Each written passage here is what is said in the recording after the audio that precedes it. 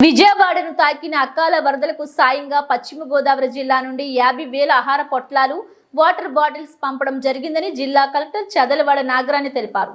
గత 2 రోజుల క్రితం కురిసిన వర్షాలకు విజయవాడలోని అజిత్ సింగ్ నగర్ మీదుగా ప్రవహిస్తున్న బుడమేరు ఏటిగట్టు ఆకస్మికంగా తెగిపోవడంతో అజిత్ సింగ్ నగర్, నున్న, బాంబే కాలనీ, జక్కంపూడి, కండ్రిక, దేవీనగర్, అంబాపురం తదితర ప్రాంతాలను వరద నీరు ముంచెత్తింది. దీంతో స్థానిక ప్రజలు వరద నీటితో చిక్కుకోవడం, ఎటు కదలలేని పరిస్థితి నెలకొనడంతో ఆహార పొట్లాలను బోట్లు, హెలికాప్టర్ల ద్వారా అందజేయడం జరుగుతుంది. ఈ సందర్భాన్ని పురస్కరించుకొని ఆదివారం రాత్రి నుండి పశ్చిమ గోదావరి జిల్లాలోని 15 ప్రాంతాల్లో 50,000 ఆహార పొట్లాలను సిద్ధం చేసి సోమవారం ఉదయం నుండి విజయవాడకు పంపడం జరిగిందని కలెక్టర్ తెలిపారు.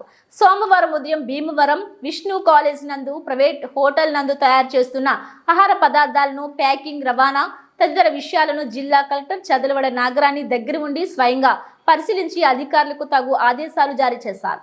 జిల్లాలోని భీమవరం, నరసాపురం, తాడేపల్లిగూడెంలోని 15 ప్రాంతాలు ఆహారాన్ని తయారు చేయించి 50,000 ఆహార పొట్లాలు, వాటర్ బాటిల్స్, వాటర్ ప్యాకెట్లు 50,000 చొప్పున 1,14,500 బిస్కెట్ ప్యాకెట్లను ఎస్కార్ట్గా సిబ్బందిని నియమించి 15 వాహనాల్లో విజయవాడకు పంపడం జరిగిందని జిల్లా కలెక్టర్ తెలిపారు. ప్రభుత్వ ఆదేశాల మేరకు మరిన్ని ఆహార పొట్లాలను సరఫరా చేయాల్సి వస్తే అధికారులను, సిబ్బందిని సిద్ధంగా ఉండాలని ఆదేశించినట్లు ఈ సందర్భంగా జిల్లా కలెక్టర్ తెలిపారు.